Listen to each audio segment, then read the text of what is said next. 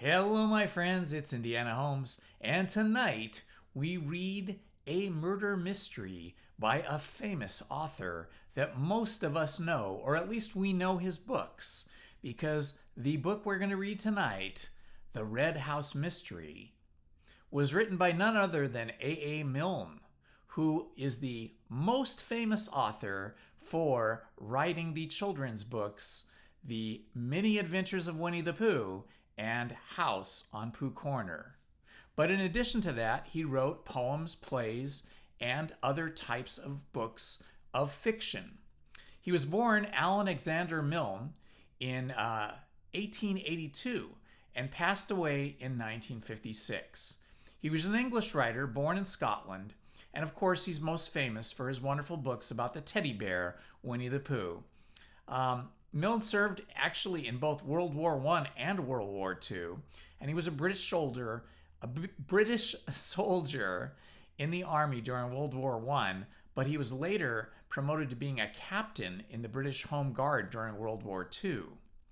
His son was actually named Christopher Robin, and he inspired the real life Christopher Robin, I should say, inspired the character Christopher Robin in the Winnie the Pooh books. He retired to his farm in 1952 after suffering a stroke. He had brain surgery that left him unable to move very easily. So, unfortunately, he passed away on January 31st, 1956, at the age of 74. Having been born in Scotland, he then grew up in London, England, and one of his teachers when he was a child was the famous writer H.G. Wells. He attended the Westminster School and then later Trinity College at Cambridge, where he studied, of all things, mathematics. However, in 1906, he started writing for a funny British magazine called Punch, and he later became an assistant editor for the magazine. So that is a little bit of background on A. Milne. I hope you enjoyed learning a little bit about the author of the Winnie the Pooh series of books and our murder mystery tonight that has the title of The Red House Mystery.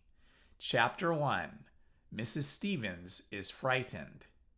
In the drowsy heat of the summer afternoon, the Red House was taking its siesta.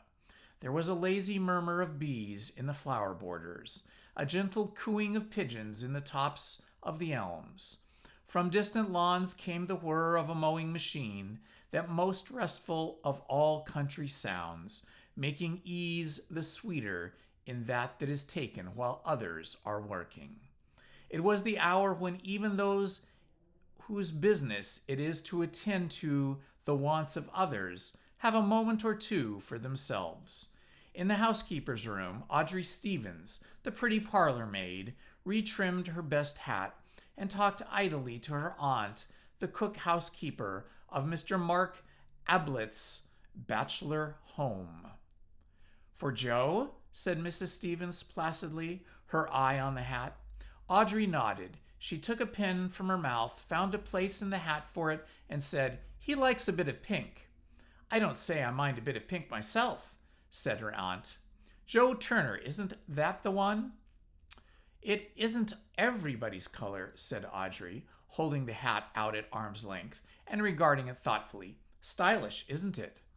"Oh, it'll suit you all right, and it would have suited me at your age. A bit too dressy for me now, though wearing better than some on other people, I dare say. I was never the one to pretend to be what I wasn't. If I'm 55, I'm 55. That's what I have to say." 55, isn't it, Auntie? "No, 58, I think. Isn't it, Auntie?" "I was just giving that as an example," said Mrs. Stevens, with great dignity. Audrey threaded the needle, held her hand out, and looked at her nails critically for a moment, and then began to sew. "Funny thing, that about Mr. Mark's brother. Fancy not seeing your brother for 15 years.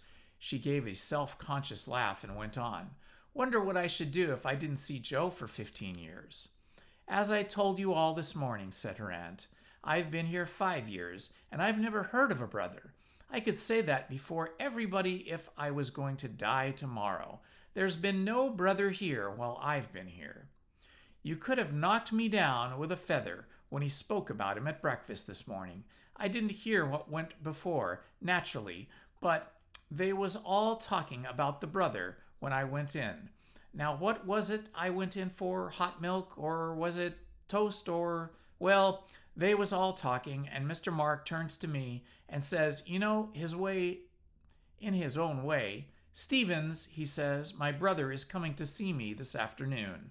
I'm expecting him about 3, he says. 'Show him into the office,' he says. Just like that.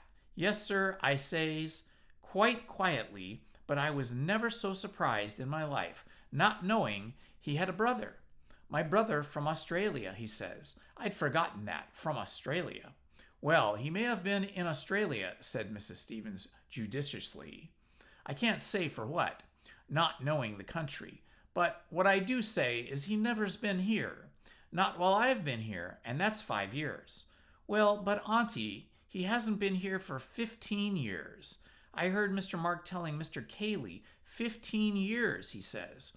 Mr. Cayley having asked him when his brother was last in England. Mr. Cayley knew of him. I heard him telling Mr. Beverley. But I didn't know when he was last in England, see? So that's why Mr. Arst asked Mr. Mark.' 'I'm not saying anything about 15 years, Audrey. I can only speak for what I know, and that's 5 years. I can take my oath he's not set foot in the house since 5 years whence I became employed here. And if he's been in Australia, as you say, well, I dare say he's had his reasons.' 'What reasons?' said Audrey lightly.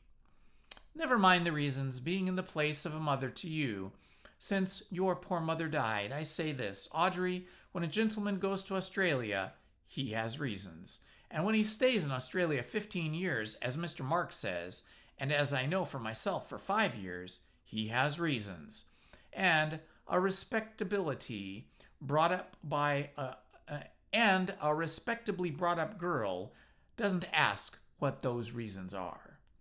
'Got into trouble, I suppose,' said Audrey carelessly. 'They were saying at breakfast he'd been a wild one. Debts, I'm glad Joe isn't like that. He's got £15 in the post office savings bank. Did I tell you?'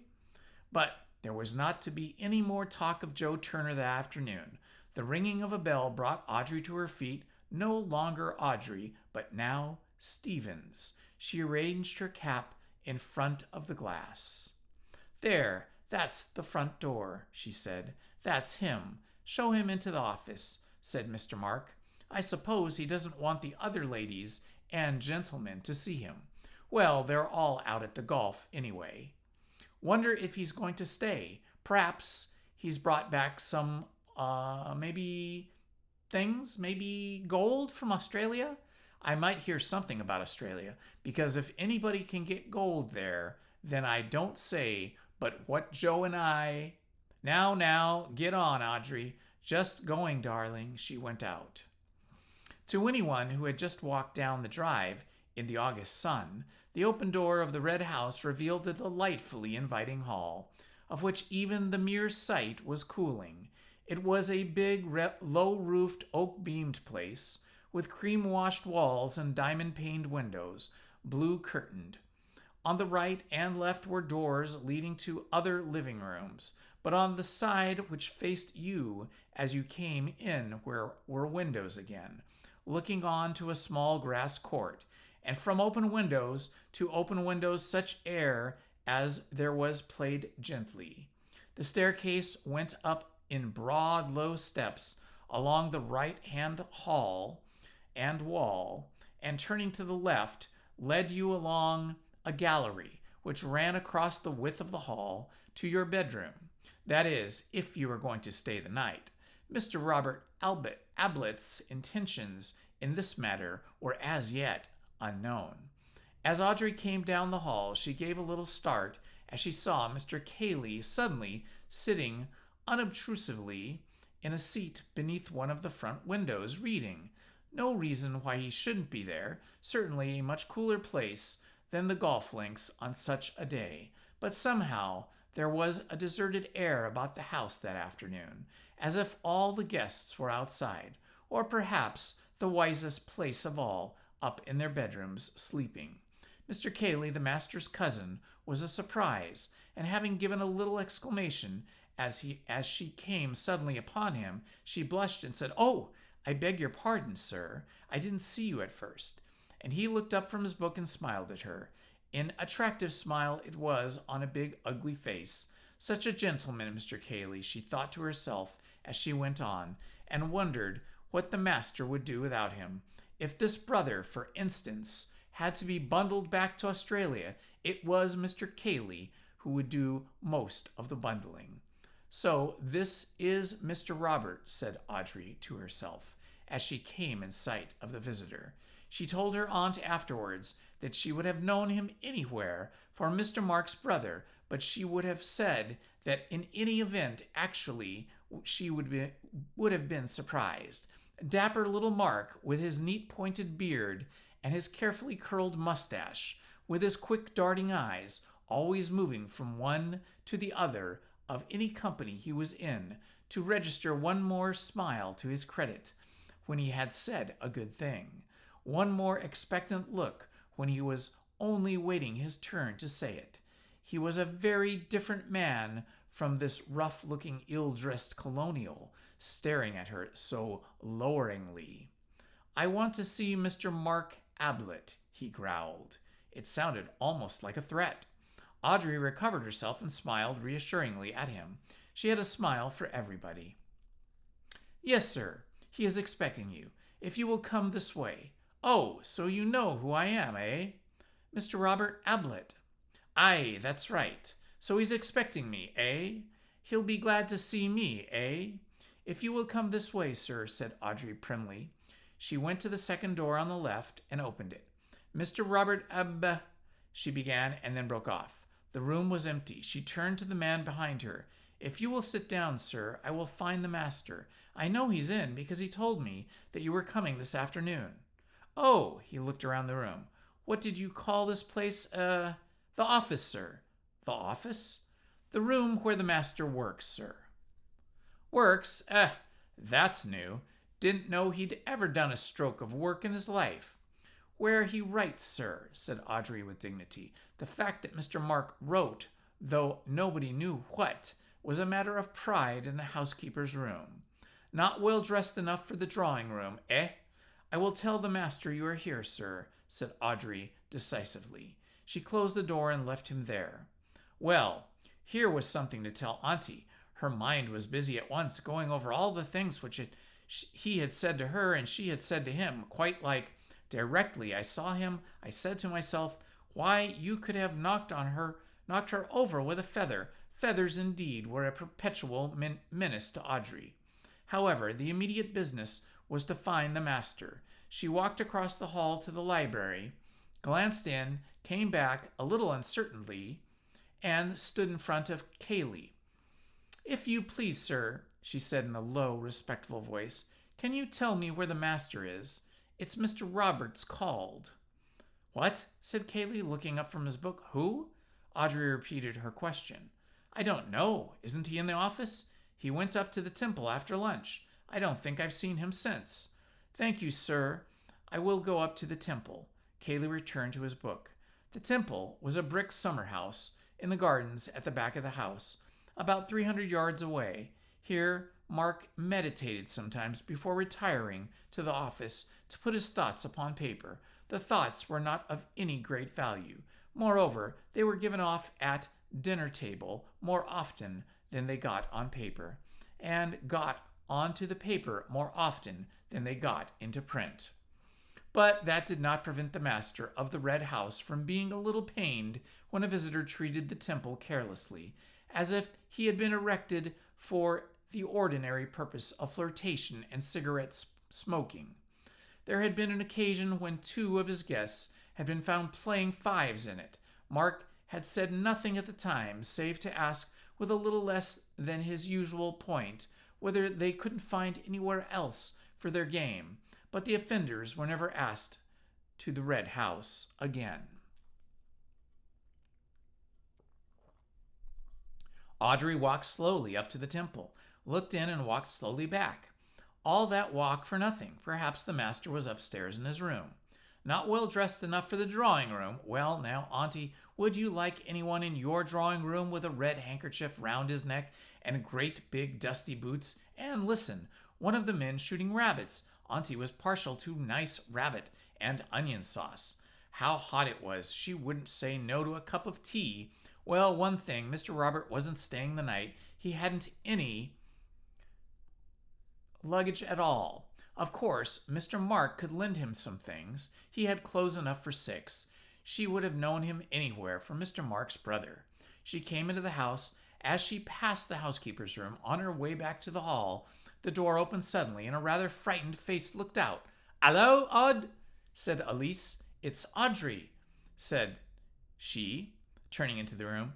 "Come in, Audrey," called Mrs. Stevens. "What's up?" said Audrey, looking in at the door. "Oh, my dear, you gave me such a turn. Where have you been?" "Up to the temple. Did you hear anything?" "Hear what? Bangs and explosions and terrible things?" "Oh," said Audrey, rather relieved. "One of the men shooting rabbits. Why, I said to myself, as I came along, Auntie's partial to a nice rabbit, and I said I shouldn't be surprised if—" "Rabbits," said her aunt scornfully. "It was inside the house, my girl." "Straight it was," said Elise. She was one of the housemaids. I said to Mrs. Stevens, didn't I? Mrs. Stevens. That was in the house, I said. Audrey looked at her aunt and then at Elise. "Do you think he had a revolver with him?" she said in a hushed voice. "Who?" said Elise excitedly. "That brother of his, from Australia. I said as soon as I set eyes on him, 'You're a bad lot, my man.' That's what I said, Elise, even before he spoke to me. Rude." She turned to her aunt. "Well, I give you my word. If you remember, Audrey, I always said there was no saying with anyone from Australia." Mrs. Stevens lay back in her chair, breathing rather rapidly. "I wouldn't go out of this room now, not if you paid me £100,000. "Oh, Mrs. Stevens," said Elise, who badly wanted 5 shillings for a new pair of shoes. "I wouldn't go as far as that, not myself, but—" "There!" cried Mrs. Stevens, sitting up with a start. They listened anxiously, the 2 girls instinctively coming closer to the older woman's chair. A door was being beaten, or being shaken, and kicked and rattled. "Listen!" Audrey and Elise looked up at each other with frightened eyes. They heard a man's voice, loud and angry. "Open the door!" it was shouting. "Open the door! I say, open the door!" "Don't open the door!" cried Mrs. Stevens in a panic, as if it was her door which was threatened. "Audrey, Elise, don't let him in." "Damn it, open the door!" came the voice again. "We're all going to be murdered in our beds." She quivered. Terrified, the 2 girls huddled closely and closed, and with an arm around each other, Mrs. Stevens sat waiting. And that is the end of Chapter 1 of the Red House Mystery. I hope you enjoyed that. This has been Indiana Holmes. I'll see you in the next chapter. Have a good night, everyone. Hello, my friends. I'm back for Chapter 2 of the Red House Mystery. Chapter 2. Mr. Gillingham gets out at the wrong station. Whether Mark Albert was a bore or not depended on your point of view. But it may be said at once that he never bored his company on the subject of his early life. However, stories get about. There is always somebody who knows. It was understood that this, anyhow, on Mark's own authority, that his father had been a country clergyman. It was said that as a boy, Mark had attracted the notice and patronage of some rich old spinster of the neighborhood, who had paid for his education both at school and university. At about the same time, when he was coming down from Cambridge, his father had died, leaving behind him a few debts. As a warning to his family, and a reputation for short sermons, as an example to his successor. Neither warning nor example seems to have been effective. Mark went to London with an allowance from his patron and, it is generally agreed, made acquaintance with the moneylenders. He was supposed by his patron and any others who inquired to be writing, but what he wrote, other than letters asking for more time and pay, has never been discovered. However, he attended the theaters and the music halls very regularly, no doubt with a view to some serious articles in The Spectator on the decadence of the English stage. Fortunately, from Mark's point of view, his patron died during his 3rd year in London and left him all the money he wanted. From that moment, his life loses its legendary character and becomes more a matter of history. He settled accounts with the moneylenders, abandoned his crop of wild oats to the harvesting of others, and became, in his turn, a patron. He patronized the arts. It was not only users who discovered that Mark Ablett no longer wrote for money. Editors were now offered free contributions as well as free lunches. Publishers were given agreements for occasional slender volumes, in which the author paid all expenses and waived all royalties, promising young painters and poets who dined with him, and he even took a theatrical company on tour, playing host and lead with equal lavishness.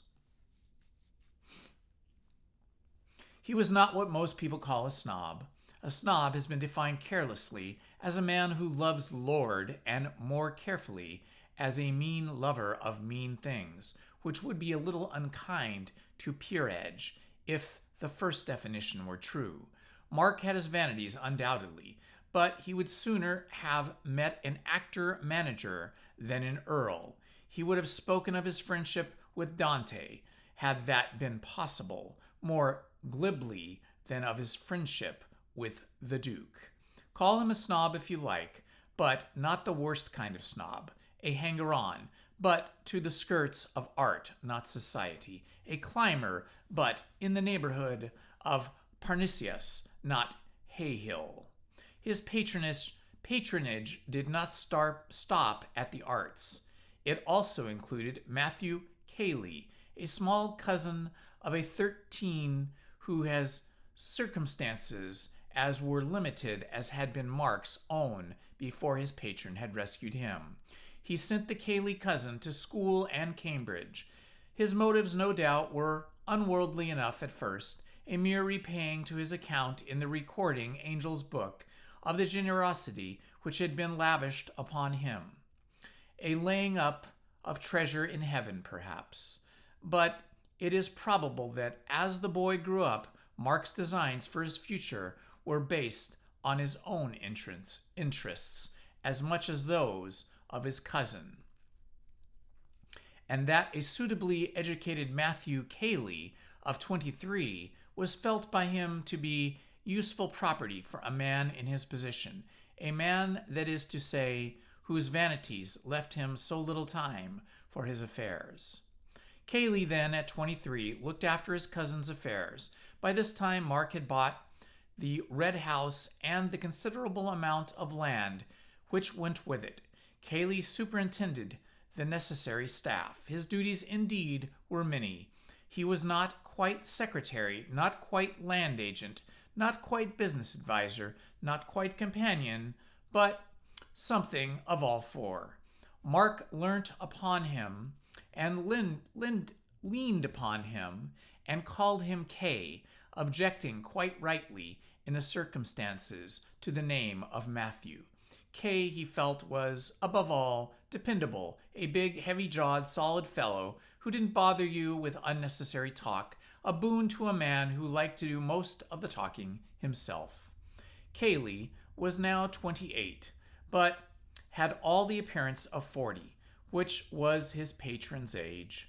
Spasmodically, they entertained a good deal at the Red House, and Mark's preference, call it kindliness or vanity, as you please, was for guests who were not in a position to repay his hospitality.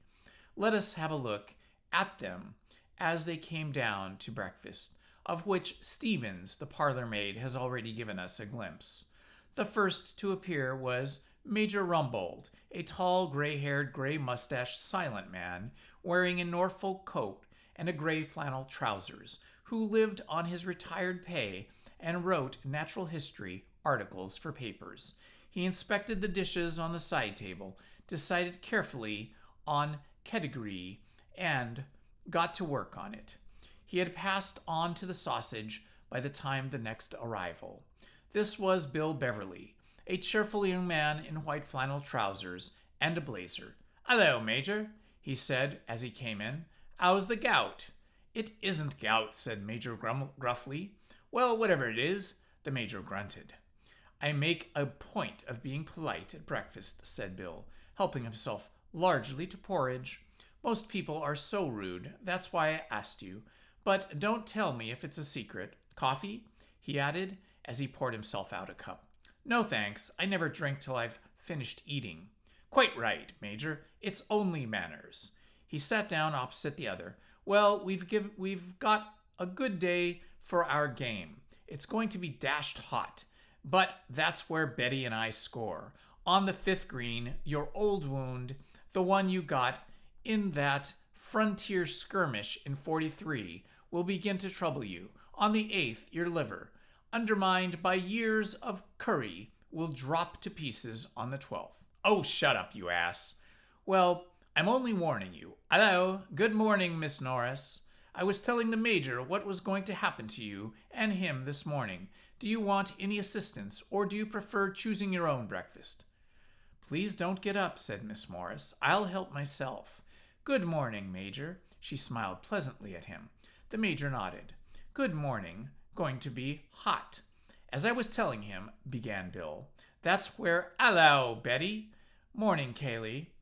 Betty Calladine and Cayley had come in together. Betty was the 18-year-old daughter of Mrs.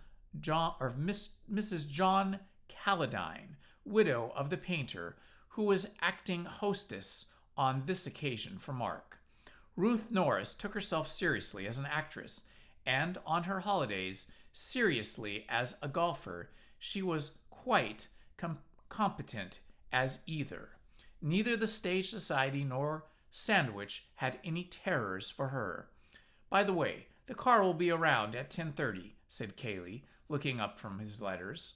"You're lunching there and driving back directly afterwards, isn't that right?" "I don't see why we shouldn't have 2 rounds, said Bill hopefully. "Much too hot in the afternoon," said the Major. "Get back comfortably for tea."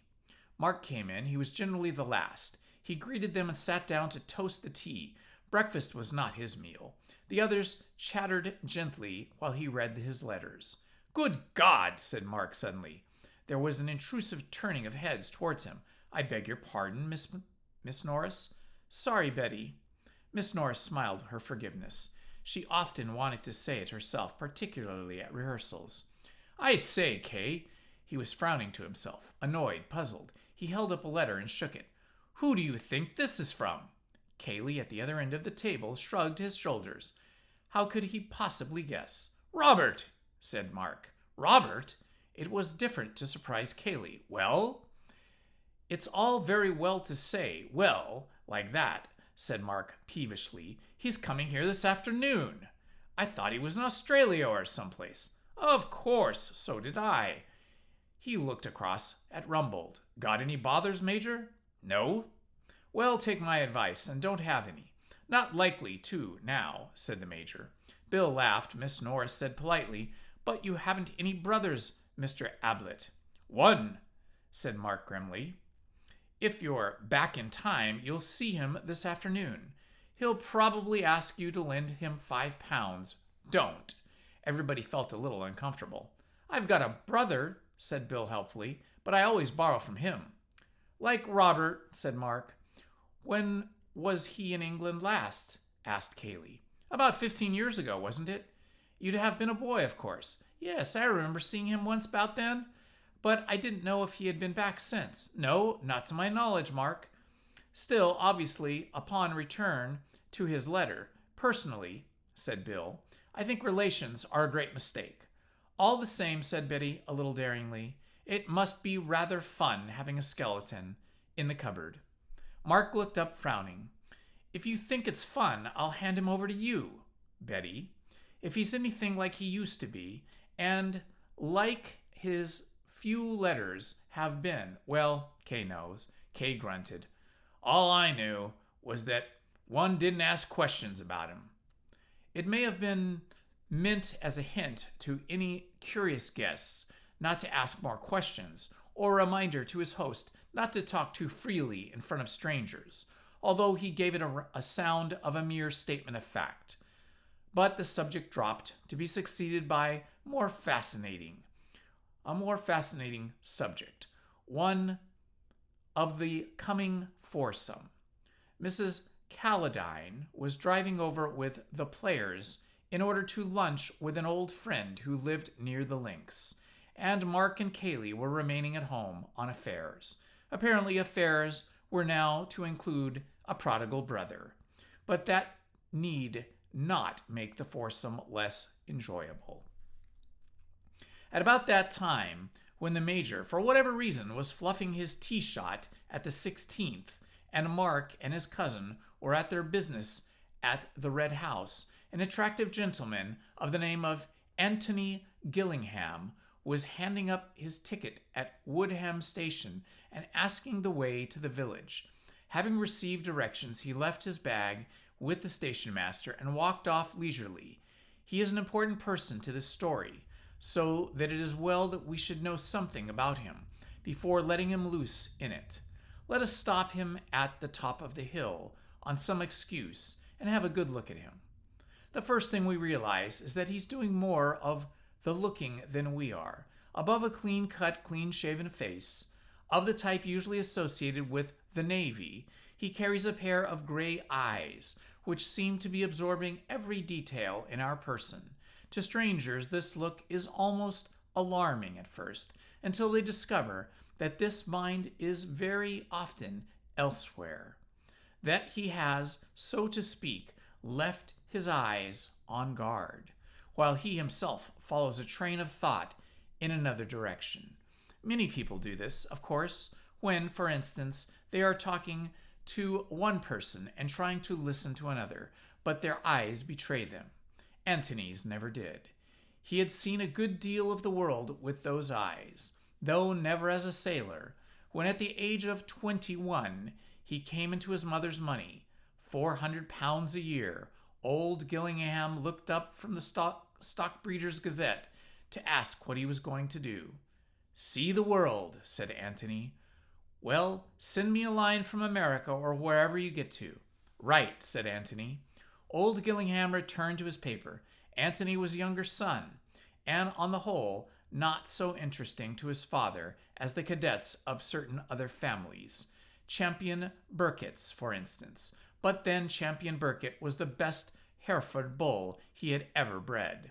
Antony, however, had no intention of going further away than London.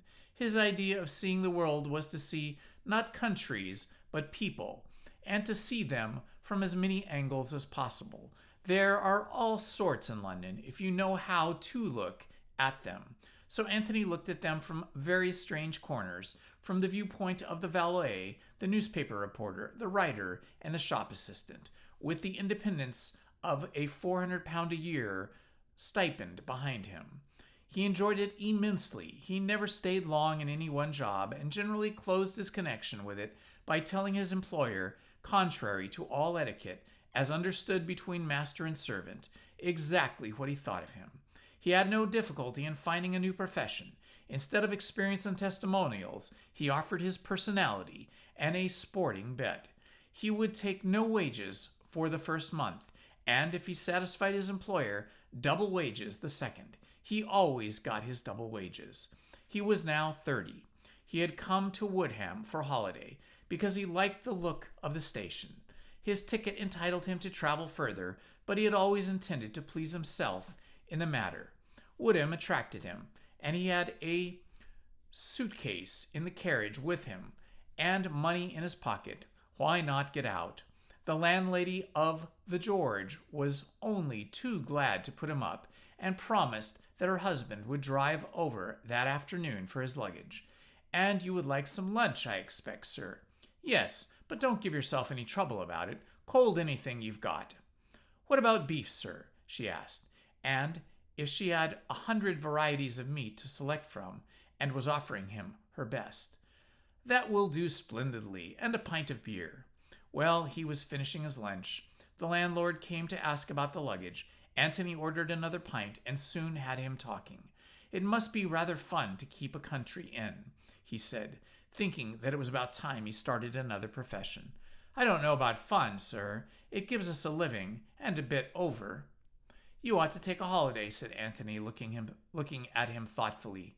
Funny thing you're saying that, said the landlord with a smile. Another gentleman over from the Red House was saying that only yesterday, offered to take the place and all. He laughed rumblingly. The Red House? Not the Red House. Stanton? That's right, sir. Stanton's the next station, to Woodham. The Red House is about a mile from here. Mr. Ablett's. Antony took a letter from his pocket. It was addressed from the Red House, Stanton, and signed Bill. Good old Bill, he murmured to himself. He's getting on. Antony had met Bill Beverly 2 years before in the tobacconist's shop.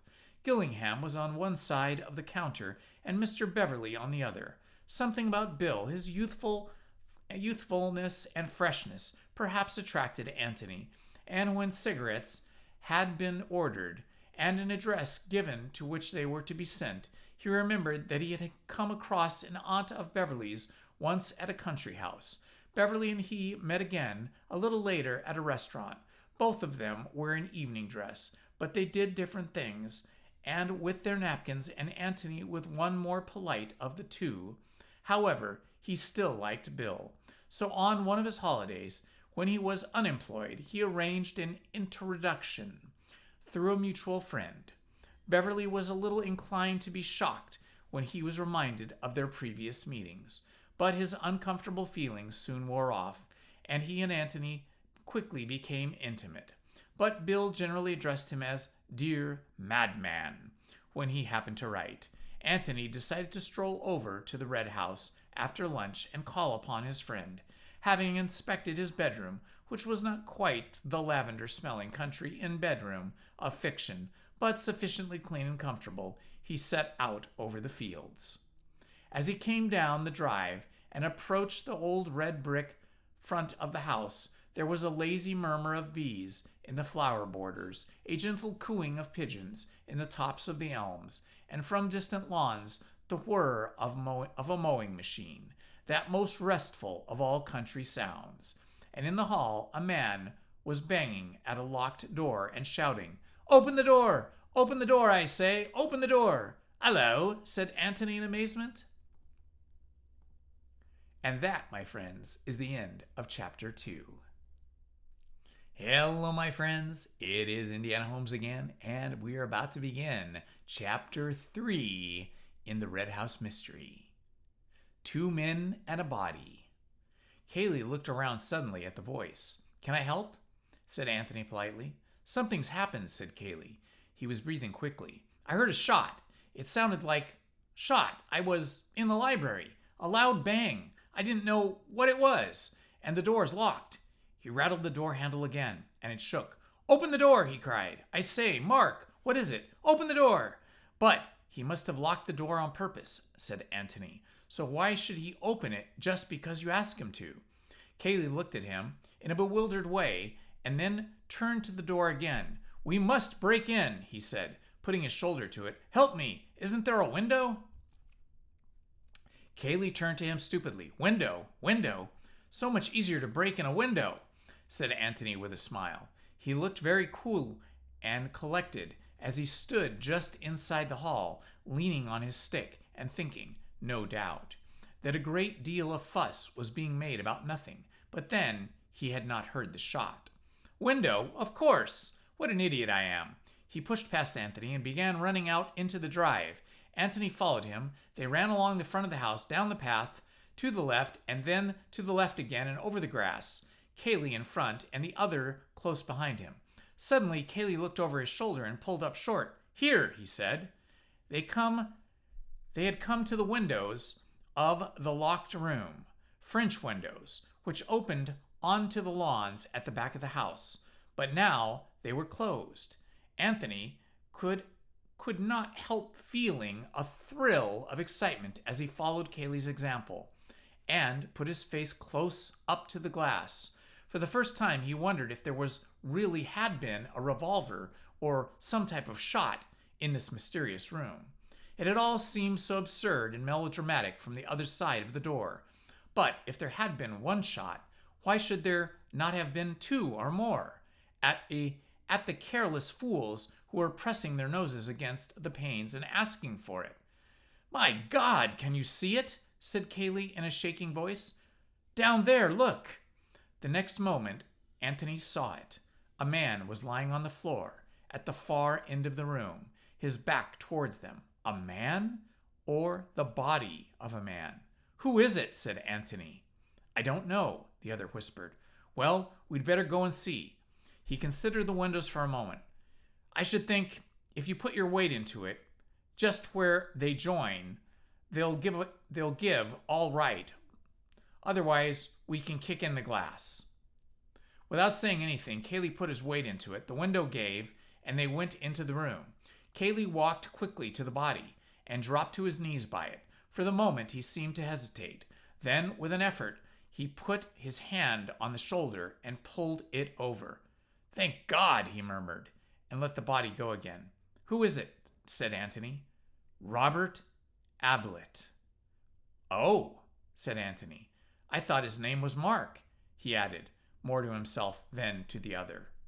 "Yes, Mark Ablett lives here. Robert is his brother." He shuddered and said, "I was afraid it was Mark." "Was Mark in the room too?" "Yes," said Kaylee absently. Then, as if resenting suddenly these questions from a stranger, "Who are you?" But Anthony had gone to the locked door and was turning the handle. "I suppose he put the key in his pocket," he said, as he came back to the body again. "Who?" Anthony shrugged his shoulders. "Who ever did this?" he said, pointing to the man on the floor. "Is he dead?" "Help me," said Kaylee simply. They turned the body on its back, nerving themselves to look at it. Robert Ablett had been shot between the eyes. It was not a pleasant sight, and with his horror, Anthony felt a sudden pity for the man beside him, and a sudden remorse for the careless, easy way in which he had treated the affair. But then, one always went about imagining these things didn't happen except to other people. It was difficult to believe in them just at first, when they happened to yourself. "Did you know him well?" said Anthony quietly. He meant, were you fond of him? "Hardly at all. Mark is my cousin. Mark is the brother I know best." "Your cousin?" "Yes." He hesitated and then said, "Is he dead?" "I suppose he is. Will you know anything about that sort of thing? Perhaps I better get some water." There is another door opposite the locked one, which led, as Anthony was to discover for himself directly, into a passage from which opened two more rooms. Kaylee stepped into the passage and opened the door on the right, the door from the office, which through he had gone and remained opened. The door at the other end of the short passage was shut. Anthony, kneeling by the body, followed Kaylee with his eyes, and after he had disappeared, kept his eyes on the blank wall of the passage, but he was never conscious of that at which he was looking, for his mind was with the other man, sympathizing with him. "Not that water is any use to a dead body," he said to himself, "but the feeling that you're doing something when there's obviously nothing to be done is a great comfort." Kaylee came into the room again. He had a sponge in one hand and a handkerchief in the other. He looked at Anthony, and Anthony nodded. Kaylee murmured something and felt down to bathe the dead man's face. Then he placed the handkerchief over it. A little sigh escaped Anthony, a sigh of relief. They stood up and looked at each other. "If I can be of any help to you," said Anthony, "please let me." "That's very kind of you. There will be things to do. Police, doctors, I don't know. But you mustn't let me trespass on your kindness. Indeed, I should apologize for having trespassed so much already. I came to see Beverly. He is an old friend of mine. He's out playing golf. He will be back directly. Then, as if he had only just realized it, they will be back directly. I will stay if I can be of any help. Please do. You see, there are women. It will be rather painful, if you would, he hesitated, and gave Antony a timid little smile, pathetic in so big a self-reliant man. Just your moral support, you know, it would be something. Of course, Antony smiled back at him and said cheerfully, well then, I'll begin by suggesting that you should ring up the police. The police? Yes. He looked doubtfully at the other. I suppose. Antony spoke frankly. Now, look here, Mr. Cayley. I'm Mark Ablett's cousin. I live with him. My name's Gillingham. I'm sorry. I ought to have told you this before. Well, now, Mr. Cayley, we shan't do any good by pretending. Here's a man been shot. Well, somebody shot him. He might have shot himself, mumbled Cayley. Yes, he might have, but he didn't. Or if he did, somebody was in the room at the same time, and at that time, somebody isn't here now. And that somebody took a revolver away with him.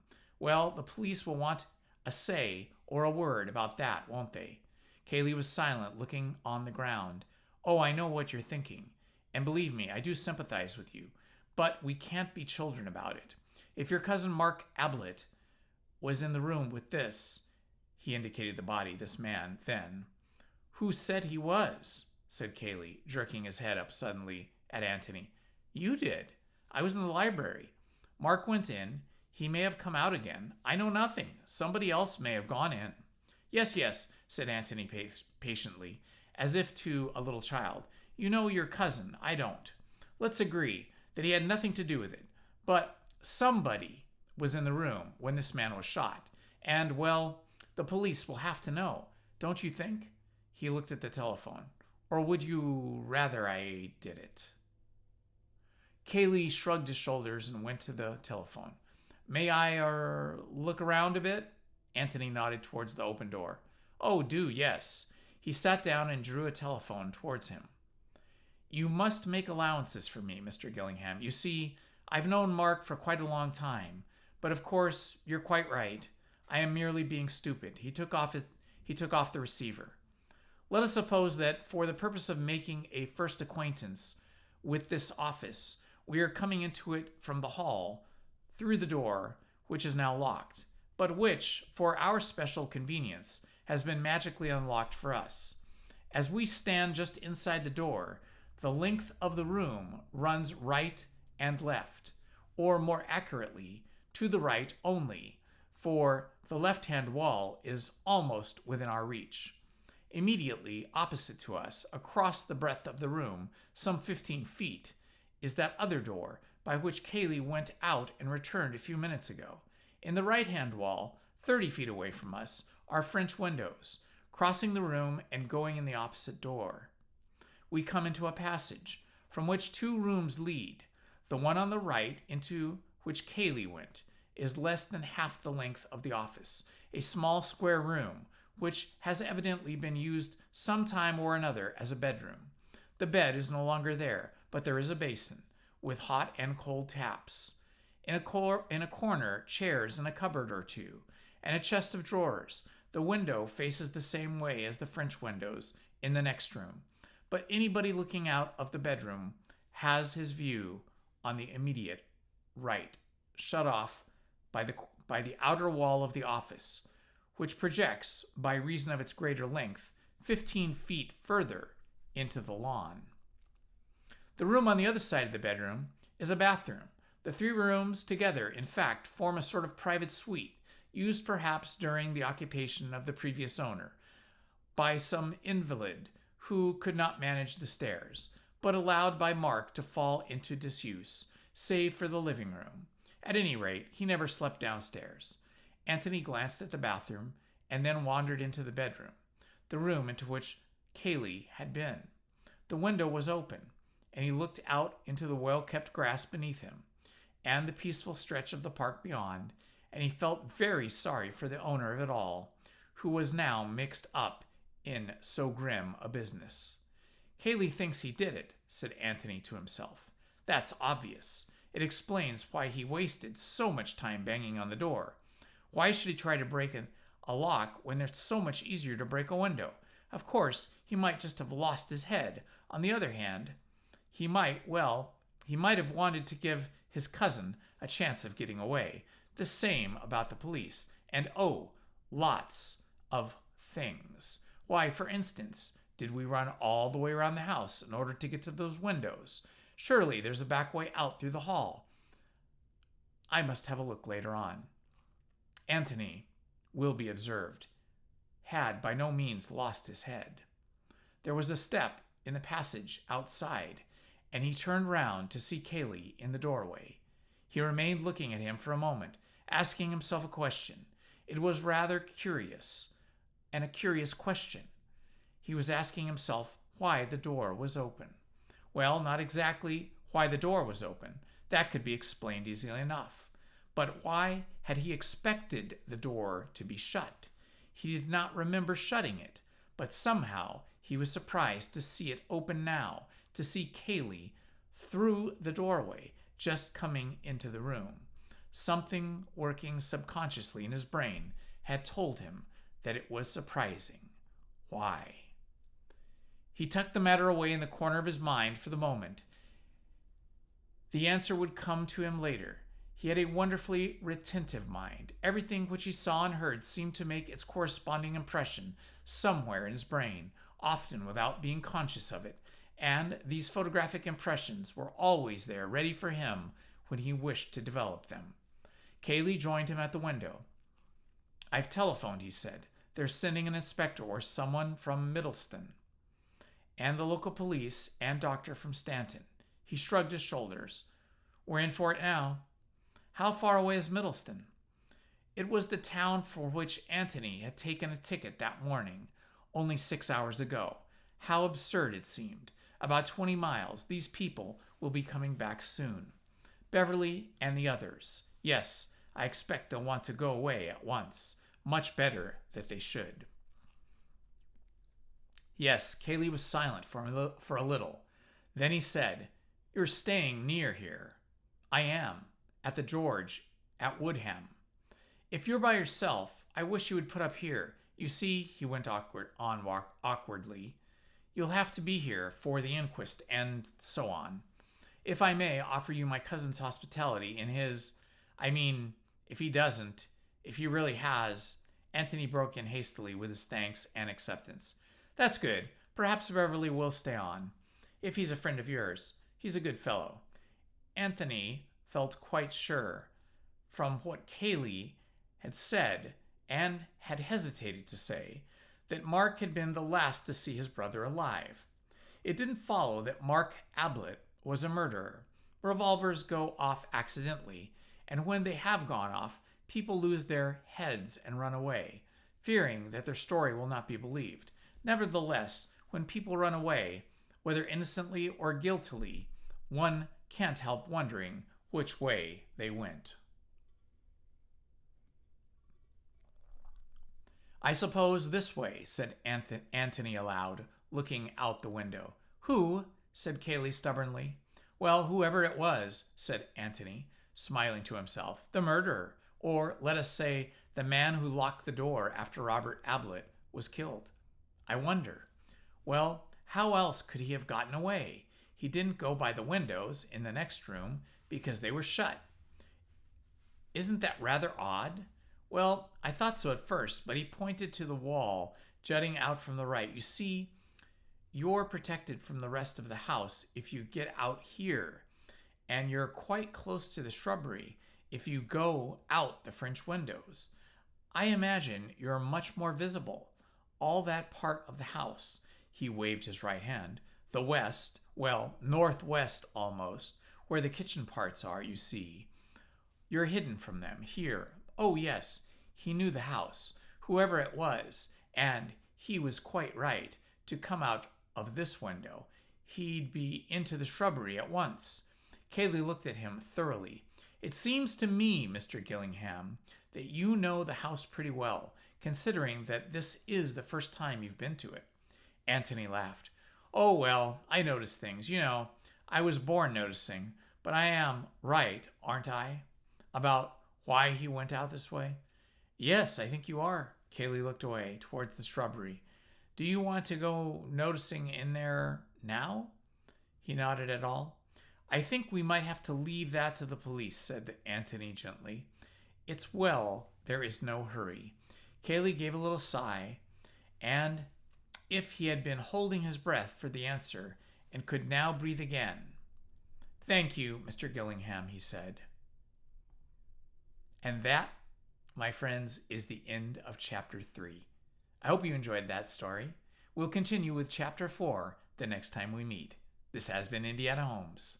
Please hit the like button, subscribe, and hit the notifications button. Thank you very much.